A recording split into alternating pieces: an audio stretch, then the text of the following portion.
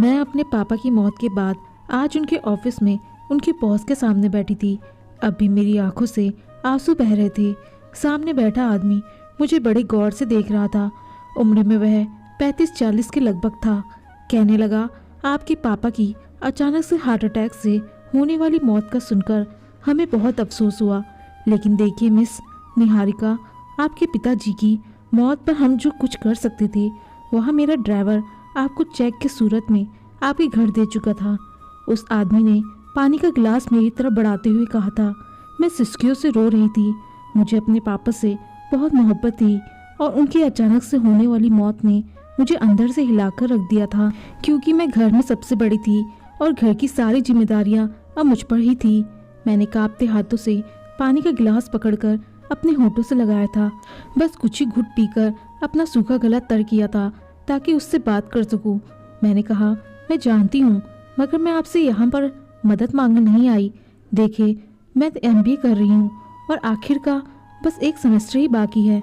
मैं चाहती हूँ आप मुझे मेरे पापा की जगह नौकरी दे दे। यह कहने के बाद मैंने अपने पास से अपने डॉक्यूमेंट्स की फाइल निकाली और उस आदमी के सामने रख दी। साथ ही साथ मैं अपने आंसू भी पोंछ रही थी। उसने एक नज़र मेरी फाइल की तरफ डाली और फिर फाइल वापस मुझे पकड़ा दी। कहने लगा, इसकी ज़रूरत नहीं है मिस निहारिका, आप कल से ही ज्वाइन कर सकती हैं। यह सुनकर तो मैं बहुत खुश हुई थी। मैंने कहा, आपका बहुत बहुत धन्यवाद। वह कहने लगा, नहीं ऐसी कोई बात नहीं, आपके पिताजी काफ़ी सालों से हमारे ऑफिस में काम कर रहे थे, इसलिए मुझे आपके डॉक्यूमेंट देखने की ज़रूरत नहीं है। आप अपने पिताजी की जगह नौकरी कर सकती हैं और आपको तनख्वाह भी मैं उतनी ही दूंगा जितनी कि आपके पिताजी को हम देते थे। यह सुनकर मैं बेहद खुश और रिलैक्स हो गई थी कि अब मेरे घर की परेशानियां दूर हो जाएंगी। लेकिन जैसे ही मैं बाहर जाने के लिए उठी तो वह आदमी कहने लगा, मिस निहारिका, आपको आइडिया तो है ना कि हम यहाँ पर क्या काम करवाते हैं? जाहिर है आपके पिताजी ने यहाँ काम किया है तो आपको जरूर पता होगा।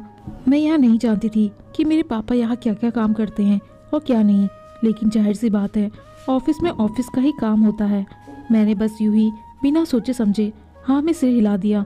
उस आदमी ने बड़ी अजीब सी नज़रों से मुझे सर से पैरों तक देखा था, फिर मुस्कुराहट उसके चेहरे पर छा गई। कहने लगा, अच्छा मिस निहारिका, फिर तो मुझे आपको बिल्कुल भी गाइड करने की ज़रूरत नहीं पड़ेगी। यह सुनकर मैं कुछ हैरान हुई थी। मैंने कहा, देखिए, मैंने आज तक नौकरी नहीं की है, इसलिए कुछ न कुछ तो आपको मुझे गाइड करना ही पड़ेगा, क्योंकि मुझे नौकरी का कोई भी अनुभव नहीं है। मेरी बात सुनकर उसने बड़े गौर से मेरे चेहरे की तरफ देखा था।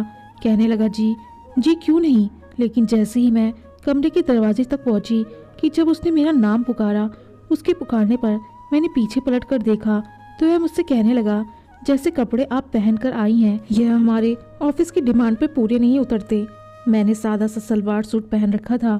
मैंने कहा, आज तो मैं सिर्फ आपसे बात करने आई थी, मैं इस चीज़ का ख्याल रखूंगी। यह कहकर मैं वापस घर आ गई। मेरे पापा और मेरी माँ में बेतहासा मोहब्बत थी। जब से मेरे पापा की अचानक से हार्ट अटैक से मौत हुई थी, मेरी माँ तो बिस्तर से लग गई थी। जब मैं घर पहुंची तो छोटी बहन मेरा ही इंतजार कर रही थी। कहने लगी, दीदी, माँ की दवाई खत्म हो चुकी है और माँ का BP है कि कम ही नहीं हो रहा। वह अभी भी BP ऑपरेटर से मेरी माँ का BP चेक ही कर रही थी। मेरी नज़र अपनी माँ की तरफ पड़ी थी। मैंने कहा, तुम जल्दी से यह पैसे पकड़ो और माँ की दवाई लेकर आओ, माँ का ख्याल मैं रखती हूँ। घर से बाहर निकलते ही कुछ दूरी पर यहाँ मेडिकल स्टोर था जहाँ मैंने अपनी बहन को दवा के लिए भेज दिया। हम सिर्फ 2 बहनें थे, भाई कोई नहीं था। मेरी छोटी बहन ने फ़ौरन से पैसे लिए थे और मेडिसिन की स्लिप लेकर बाहर चली गई। मैंने माँ को उठाकर बिठाया। अभी भी उनकी आंखों से आंसू बह रहे थे। मैंने कहा, माँ, अगर आप यूं ही दिल छोटा करके बैठेंगे तो हमारा क्या होगा? हमारे पास तो आपके अलावा और कोई भी नहीं बचा। भगवान के लिए अपने लिए ना सही तो हमारे लिए ही खुद को संभाल ले। अगर आपको कुछ हो गया तो हमारा क्या होगा? यही सोचकर खुद को संभालने की कोशिश करे। मेरी माँ ने मुझे सीने से लगाए फूट फूट कर रोने लगी। कहने लगी, अचानक मिलने वाले सदमे कहाँ जल्दी भूलते हैं, किसी घाव की तरह दिल को लग जाते हैं। अब यह गम तो जाते जाते ही जाएगा ना बेटा। मैं बहुत कोशिश करती हूँ लेकिन मुझे यह सहा नहीं जाता। यहाँ मेरे बस से बाहर की बात है। मेरे लिए दोहरी जिम्मेदारी थी, एक तो जॉब करना, दूसरा घर को भी संभालना, क्योंकि छोटी बहन मुझसे 10 साल छोटी थी और अभी 10वीं क्लास में ही पढ़ती थी। कुछ ही देर में वह दवाइयाँ लेकर आ गई। मैंने अपनी माँ को दवा खिलाई और उन्हें सुला दिया। फिर किचन में चली गई। खाना बनाकर मैंने सारे काम निपटाए। जब मैं अपनी अलमारी खोली तो मेरे पास कोई भी ऑफिस टाइप के कपड़े नहीं थे और कुछ मुझे यह समझ नहीं आ रही थी कि कल मैं क्या पहन कर जाऊँ। मुझे तो शुरू से ही बहुत ही सिंपल रहने की आदत थी, इसलिए मैं कपड़े भी बहुत ही सादा तरीके से खरीदती थी। लेकिन अब जॉब के हिसाब से ना जाने वहाँ पर मुझे किस तरह के कपड़े पहनना पड़ेगा, मैं यही सोच रही थी। फिर अपनी अलमारी के कपड़े उलट पुलट करने के बाद मुझे एक ऑफिस के हिसाब का ड्रेस नजर आ गया। लाइट ब्लू कलर का कुर्ता था, वाइट कलर की जैगिंग थी और वाइट कलर का ही एक बड़ा सा नेट का दुपट्टा था। मुझे यह ड्रेस ऑफिस के हिसाब से एकदम परफेक्ट लगी थी। लेकिन जब मैं वह ऑफिस पहनकर गई तो मेरे बॉस ने मुझे गौर से देखा और कहने लगा, यह सब चीज़ यहाँ नहीं चलती। मैंने कहा कि मैं समझी नहीं सर कि इन कपड़ों में क्या प्रॉब्लम है। वह आदमी मेरे पास खड़ा हो गया, कहने लगा, मिस निहारिका, मुझे लगता है कि आपके पिताजी ने आपको कुछ भी नहीं बताया, इसलिए सब कुछ मुझे ही बताना पड़ेगा। देखिए मिस निहारिका, हमारे ऑफिस में जब हमें डील करनी होती है तो दूसरे मुल्क भी जाना पड़ता है और जाहिर सी बात है आपको भी मेरे साथ जाना पड़ेगा। और उस समय हमारे ऑफिस में काम करने वाली लड़कियां ऐसे घरेलू टाइप के कपड़े पहनकर नहीं जाती, वह अपना कुछ मॉडल लुक दिखती हैं। मेरे ख्याल से आप मेरी बात समझ रही होंगी। उसकी अर्थपूर्ण बातों को मैं समझ चुकी थी। वह फिर कहने लगा, आप एक बार ऑफिस की फीमेल स्टाफ को देखे, या किसी भी लड़की ने ड्रेस के साथ दुपट्टा ले रखा है या उसने ऐसे तुम्हारी तरह लंबा सा कुर्ता पहन रखा है। यह बात सच थी कि जितनी भी लड़कियां यहाँ काम कर रही थी वह बहुत ही तंग और फिटिंग के कपड़े पहने नजर आ रही थी। कोई जीन्स टी शर्ट पहने हुए थी तो कोई आधे ब्लाउज की साड़ी पहने हुई थी। वहाँ काम करने वाली एम्प्लॉय कम और मॉडल ज़्यादा लगती थी। ऐसा लगता था कि अपनी मॉडलिंग करने आती है। मेरे पापा बेशक इस मल्टीनेशनल कंपनी में काम करते थे, लेकिन उन्होंने हमें बिल्कुल ही घरेलू माहौल दिया था। हमने आज तक कभी कोई बेहुदा फैशन नहीं किया था, इसलिए मुझे यह सब कुछ बहुत अजीब सा लग रहा था। लेकिन प्रॉब्लम यह थी कि यह नौकरी मेरी चॉइस या टाइम पास का जरिया नहीं थी, बल्कि मेरी मजबूरी थी। मैं नौकरी को छोड़ नहीं सकती थी। उस आदमी ने गहरी सांस ली और वापस जाकर अपनी कुर्सी पर बैठ गया। फिर अपनी चेक बुक निकाल कर और एक चेक मेरी तरफ बढ़ा दिया। कहने लगा, शायद पैसों का मसला है। देखिए, अगर पैसों का प्रॉब्लम है तो हम उसे साफ कह सकती हैं। फिर उसने मुझे 50,000 का चेक दिया। कहने लगा, इससे आप अपने लिए मेरे ऑफिस के हिसाब से ड्रेस खरीद लेना, जैसा कि तुम देख रही हो कि मेरे ऑफिस की लड़कियां पहने हुए हैं। कुछ दिन बाद ही आप मेरे साथ दुबई जा रही हैं एक अहम मीटिंग के लिए। यह सुनकर तो मेरा दिमाग चकरा कर रह गया था। अभी तो मुझे ऑफिस के काम की समझ भी नहीं आई थी और वह आदमी मुझे दुबई ले जाने की बात कर रहा था। मैंने कहा, इतनी जल्दी मैं कैसे जा सकती हूँ, मुझे तो अभी काम के बारे में ठीक से मालूम ही नहीं। मेरी बात सुनकर वह मुस्कुराने लगा, बोला कि मैं आपके साथ हूँ तो आपको चिंता करने की क्या ज़रूरत है। मैं आपको बता दूंगा कि आपने कहा क्या काम करना है। मैं इतनी बोल्ड ना थी कि अकेली अपने बॉस के साथ दुबई चली जाती। मेरा दिल इस बात के लिए बिल्कुल भी राजी नहीं हो रहा था। मैंने कहा, आप ठीक कह रहे हैं सर, लेकिन मैं अभी इतनी जल्दी नहीं जा सकती क्योंकि मेरी माँ बीमार रहती है। मेरी बात सुनकर उसने बड़े ही गुस्से से मुझे देखा। कहने लगा, मिस निहारिका, या तो आप जॉब कर ले या फिर आप अपने घर को संभाले। फैसला आपके अपने हाथ में है। लेकिन देखो, मुझे किसी भी काम के लिए इनकार सुनने की आदत नहीं है। अगर आपको जॉब करनी है तो मेरे तरीके से करनी होगी, वरना आप जा सकती हैं। मैं कुछ भी कहे बिना वह चेक लेकर कमरे से बाहर आ गई। अपने केबिन में बैठकर मैंने दोनों हाथों से अपना सर पकड़ लिया था। यह काम इतना आसान ना था जितना मैं समझ रही थी। मुझे तो लगा था कि बस बॉस की रोज़ की रूटीन का मुझे ध्यान रखना पड़ेगा। कब उनकी मीटिंग कहाँ है मुझे यहाँ बताना पड़ेगा, लैपटॉप पर काम करना पड़ेगा, फाइल्स वगैरह चेक करनी पड़ेगी। लेकिन यह काम तो बिल्कुल अलग सा था। खैर, मेरी मजबूरी थी जॉब करना। छुट्टी के समय मैं घर आ गई और खाना वगैरह खाकर मैं मार्केट चली आई। मैंने वैसे ही ड्रेस खरीदी जैसे कि ऑफिस की लड़कियां पहनी होती हैं। मैं पहली बार ऐसे कपड़े पहनकर जाने लगी तो मेरी माँ मुझे गौर से देखने लगी। कहने लगी, निहारिका, यह क्या पहन रखा है तुमने? बाहर लोग देखेंगे तो 100 बातें बनाएंगे। उस टाइम में टाइट जीन्स और शॉर्ट टॉप डालकर रखा था। मेरी माँ कहने लगी, निहारिका, इस तरह के कपड़े शरीफ लड़कियों पर शोभा नहीं देते। लोग क्या कहेंगे कि बाप की चिता की आग भी ठंडी नहीं हुई और बेटी ने इस तरह की कपड़े पहनना शुरू कर दिए। मैंने कहा, माँ मैं क्या करूँ, ऑफिस की रिक्वायरमेंट है, लोगों को देखूँ या फिर घर के हालात को। यह सुनकर मेरी माँ खामोश हो गई। फिर कहने लगी, ऐसा करो, यहाँ से तुम अपने ऊपर कोई शॉल ओढ़कर चली जाओ, ऑफिस में जाकर उतार लेना। मुझे अपनी माँ की यह बात ठीक लगी। मैं घर से एक बड़ी सी शॉल ली और अपने ऊपर डाल ली और वह शॉल मैं ऑफिस में जाकर उतार कर रख दी। पहले दिन मुझे बहुत ज़्यादा शर्मिंदगी सी महसूस हुई थी। पहली बार मैं बिना दुपट्टे के यूँ जीन्स टॉप में घर से बाहर निकली थी।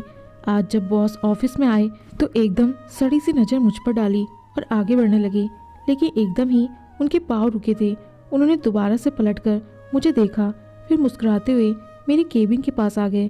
कहने लगे, निहारिका आज आप परफेक्ट लग रही हैं। मुझे उनकी तारीफ जरा भी अच्छी नहीं लग रही थी। खैर यह सब मेरी मजबूरी थी। पूरा दिन मेरा बिजी गुजरा था। जब ऑफिस टाइम खत्म हो गया तो मैं वापस जाने के लिए शॉल पहन चुकी थी। इस समय मेरे बॉस भी अपने रूम से बाहर आए थे। मुझे इस तरह शॉल में लिपटे देखकर उनके माथे पर बल पड़ गए, लेकिन फिर मेरे पास आकर खड़े हो गए। कहने लगे, परसों ही हमारी फ्लाइट है, आप तैयार रहिएगा। आज तक मैं कभी अपनी माँ के बगैर दूसरे शहर तक नहीं गई थी और अब मुल्क से बाहर जाने का तो मैं सोच भी नहीं सकती थी। उसके बाद जब मैं अपनी माँ से इस बारे में बात की तो मेरी माँ ने फ़ौरन इनकार कर दिया। कहने लगी, नहीं यह सब ठीक नहीं है, तुम इस तरह अकेले दूसरे देश कैसे जा सकती हो। मैंने कहा, माँ अगर मैं यहाँ सब छोड़ दूँ तो मुझे नौकरी से निकाल दिया जाएगा और आपको तो पता है ना कि नौकरी के बगैर हमारा गुजारा नहीं है। और अभी तक मेरा सेमेस्टर कंप्लीट नहीं हुआ है, वह तो बीच में ही छोड़कर रह जाएगा। मुझे कहीं भी नौकरी नहीं मिलेगी, अगर मिल भी जाए तो इतनी अच्छी तनख्वाह नहीं मिलेगी। यह सब सुनकर मेरी माँ को आंखों से आंसू बहने लगे। कहने लगे, जब तुम्हारे पापा जिंदा थे तो हमें परवाह ही नहीं होती थी किसी चीज़ की, वो हमारे लिए एक छायादार वृक्ष की तरह थे।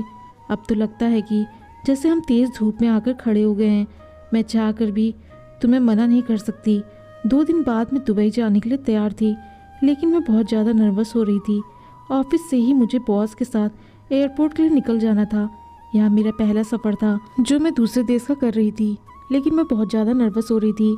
जैसे ही मैं प्लेन में बैठी तो मेरे बराबर वाली सीट बॉस की थी, जहाँ पर वह बैठ गए। वह मेरे चेहरे को बड़े गौर से देख रहे थे।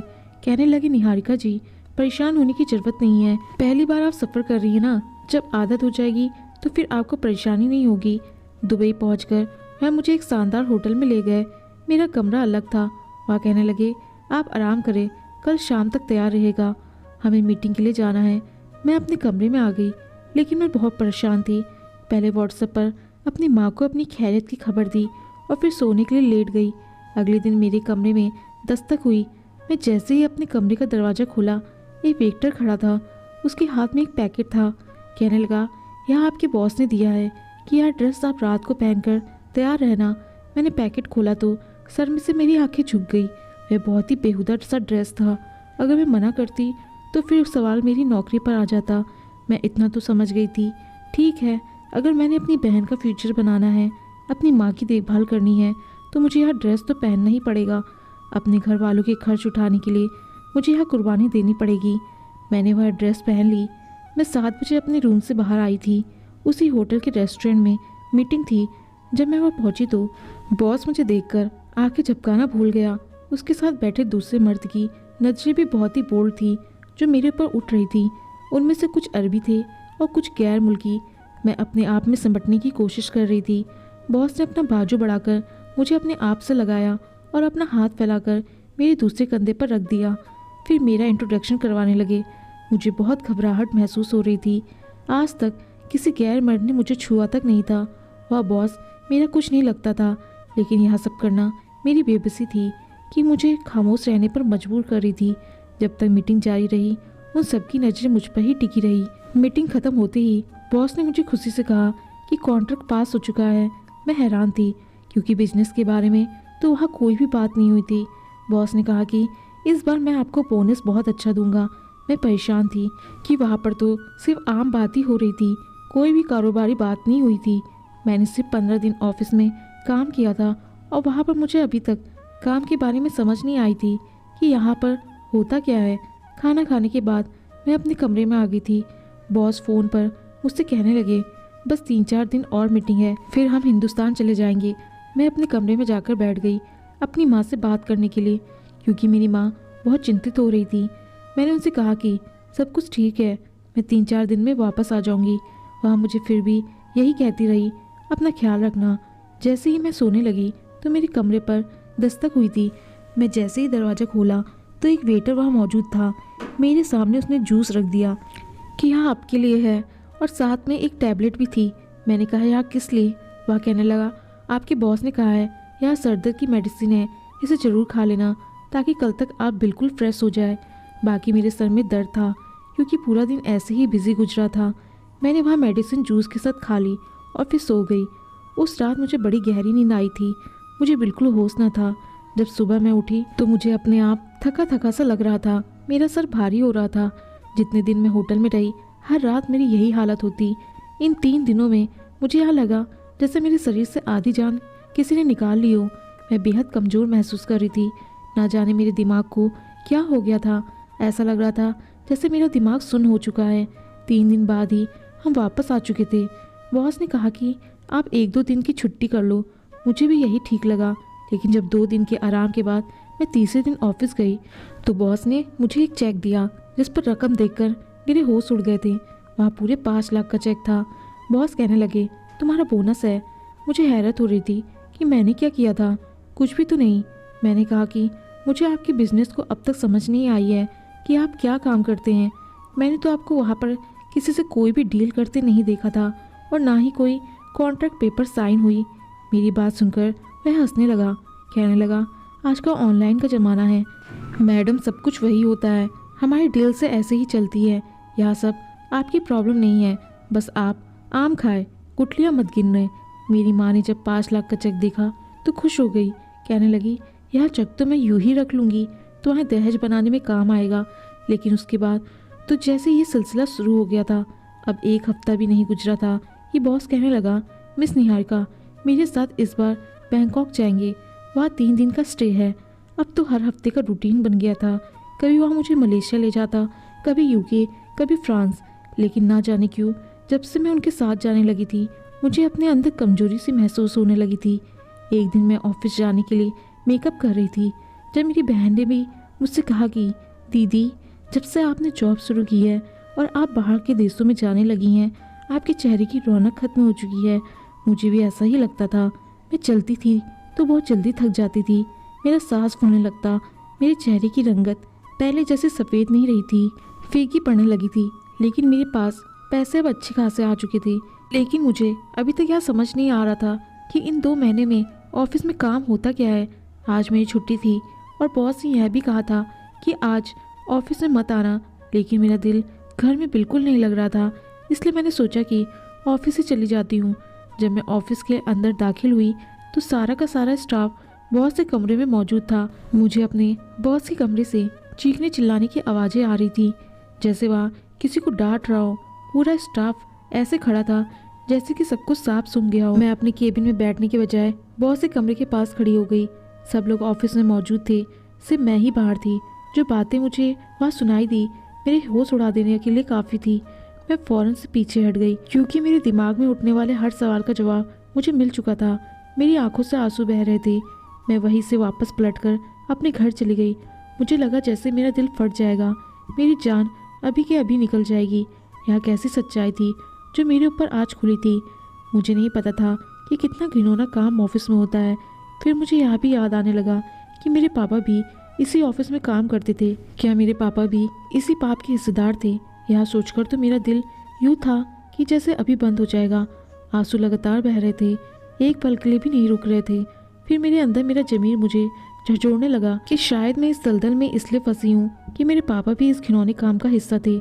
ना जाने मेरे पापा ने भी कितनी मासूम लड़कियों का सौदा किया था। यह सोच सोचकर मेरा दिल कांपने लगा था।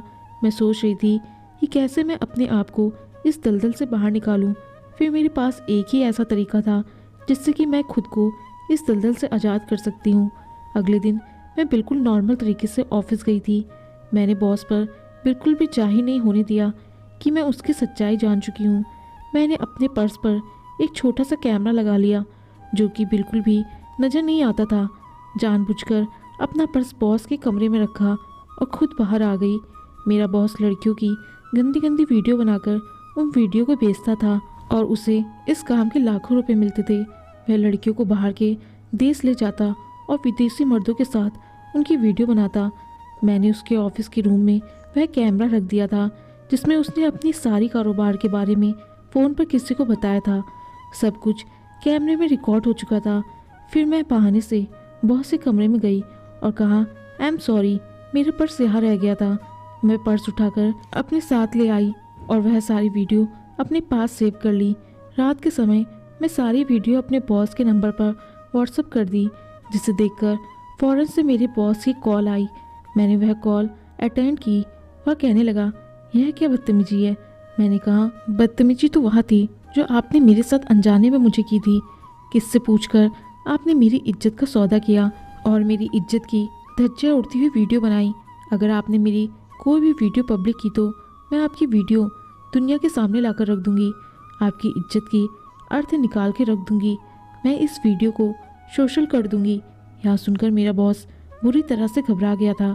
कहने लगा, ऐसा मत करना। मैं जानती थी वह अपनी झूठी इज्जत का भरम जरूर रखेगा। मैंने कहा, मेरी सारी वीडियो डिलीट कर दो वरना मैं तुम्हारी वीडियो को वायरल कर दूंगी। अगले दिन मैं ऑफिस गई तो उसने मेरी सारी वीडियो मेरी आंखों के सामने डिलीट कर दी। मैंने कहा, मुझे यह काम नहीं करना और अगर कभी भी तुमने मुझे दोबारा इस काम के लिए फोर्स किया तो मैं तुम्हारी वीडियो सबके सामने ले आऊँगी। यह कहकर मैं उसके ऑफिस से बाहर निकल गई। मैं जानती थी वह अपनी झूठी इज्जत का भरम जरूर रखेगा और अब मेरे पीछे नहीं पड़ेगा, क्योंकि मेरे पास उसकी कमजोरी थी। और फिर मैं कहीं और नौकरी कर ली और इज्जत के साथ पैसे कमाने लगी। पहले इस नौकरी की तनख्वाह पहले वाली तनख्वाह से बहुत कम थी, लेकिन इज्जत की कमाई थी। अनजाने में जो गलत काम करके मैं पैसा कमाया था, मेरे पास पैसे की कोई कमी नहीं थी। समय धीरे धीरे गुजरने लगा था। मेरी बहन 20 साल की हो चुकी थी और मेरी उम्र 30 साल की हो चुकी थी, लेकिन मैं अपना सब कुछ गंवा चुकी थी। मेरी माँ मेरे पीछे हाथ धोकर पड़ी रहती थी कि शादी कर लो, लेकिन मैं शादी नहीं करना चाहती थी क्योंकि मैं अपने पति को धोखा नहीं दे सकती थी। और अगर मैं सच्चाई बताकर शादी करती तो कोई भी गैरतमंद इंसान मुझसे शादी नहीं करता। और फिर मैंने अपनी बहन की शादी के बारे में सोचा। उसके लिए बहुत ही अच्छा रिश्ता भी मिल गया और मैं उसकी धूमधाम से शादी कर दी। अब मैं और मेरी माँ अकेले घर में रहते हैं। मैं जॉब पर जाती हूँ और मेरी माँ घर पर अकेली रह जाती है। मेरी माँ का बस एक आखिरी सपना है कि मैं भी अपने घर बार की हो जाऊँ, लेकिन मैं अपनी माँ को नहीं बता सकती कि मेरे साथ क्या कुछ हो चुका है, इसलिए मैं शादी के बारे में सोचना भी नहीं चाहती। दोस्तों, आपको कहानी पसंद आई हो तो लाइक शेयर और कमेंट जरूर करें और चैनल पर नए आए हैं तो चैनल को सब्सक्राइब करना ना भूलें। धन्यवाद।